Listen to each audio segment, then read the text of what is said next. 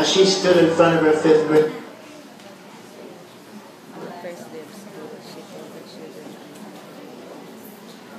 for like most teachers, she looked at. However, that was impossible, because there in the front row, slumped in his seat, was a little boy named Teddy Stoddard.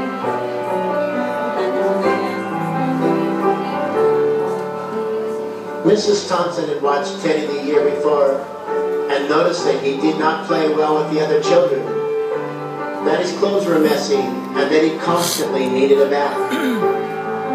In addition, Teddy could be unpleasant. It got to the point where Mrs. Thompson would actually take delight in marking his papers with a broad red pen, making bold X's, and then putting a big F at the top of his papers. At the school where Mrs. Thompson taught, she was required to review each child's past records, and she put Teddy's off until the last. However, when she reviewed his file, she was in for a surprise.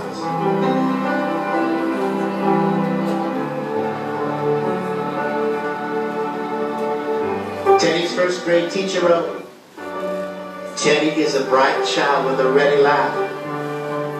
He does his work neatly and has good manners. He's such a joy to be around."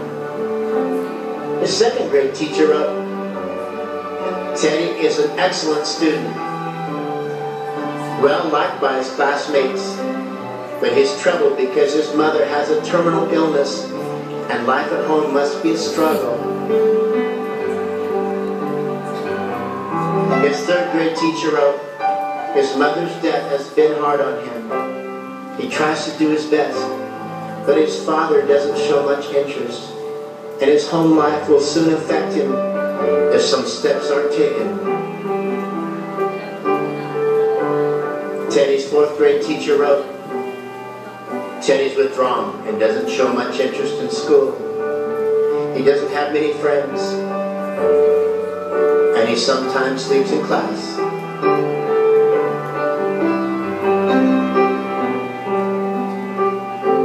By now, Mrs. Thompson realized the problem, and she was ashamed of herself. She felt even worse when her students brought her Christmas presents, wrapped in beautiful ribbons and bright paper, except for Teddy's. His present was clumsily wrapped in the heavy brown paper that he got from a grocery bag. Mrs. Thompson took pains to open it in the middle of the other presents, and some of the children started to laugh when she found a rhinestone bracelet with some of the stones missing, and a bottle that was 1/4 full of perfume. But she stifled the children's laughter when she explained how pretty the bracelet was, putting it on, dabbing some of the perfume on her wrist. Teddy Stoddard stayed after school that day, just long enough to say, "Miss Thompson, today you smell just like my mom used to."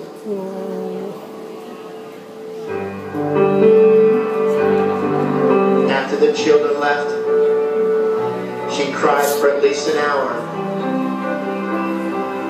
And on that very day, she quit teaching reading, writing, and arithmetic. Instead, she began to teach children.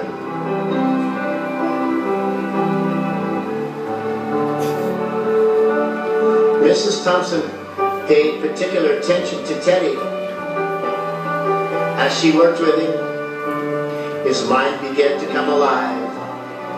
The more she encouraged him, the faster he responded. By the end of the year, Teddy had become one of the smartest children in the class. And despite her lie that she would love all the children the same, Teddy became one of her teacher's pets. A year later, she found a note under her door from Teddy, telling her that she was the best teacher he'd ever had in his whole life.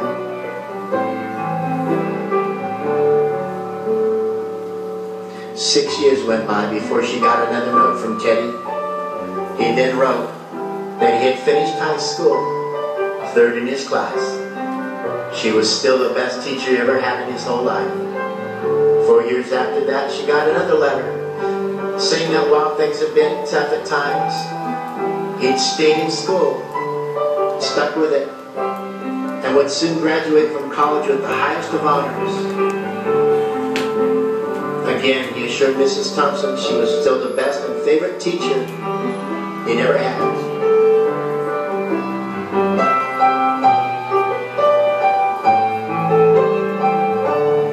Then 4 more years passed and yet another letter came.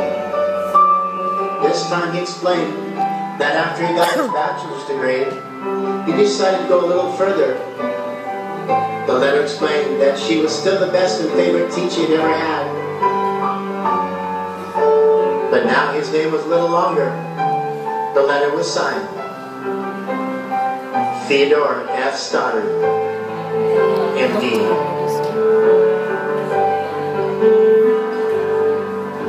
The story does not end here. See, there was yet another letter that spring.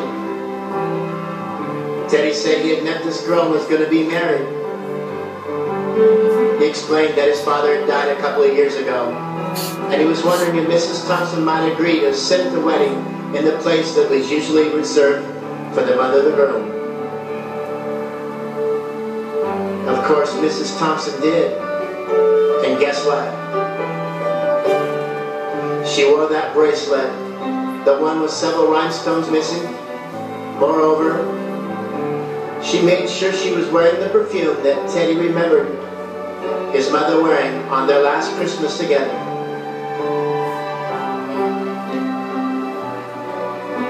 They hugged each other,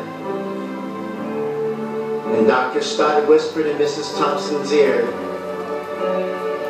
"Thank you, Mrs. Thompson, for believing in me.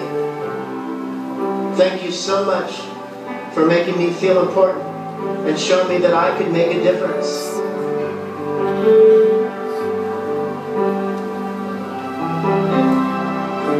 Mrs. Thompson, with tears in her eyes, whispered back.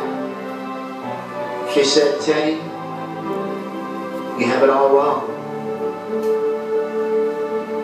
For you were the one who taught me that I could make a difference. For I didn't know how to teach until I met you."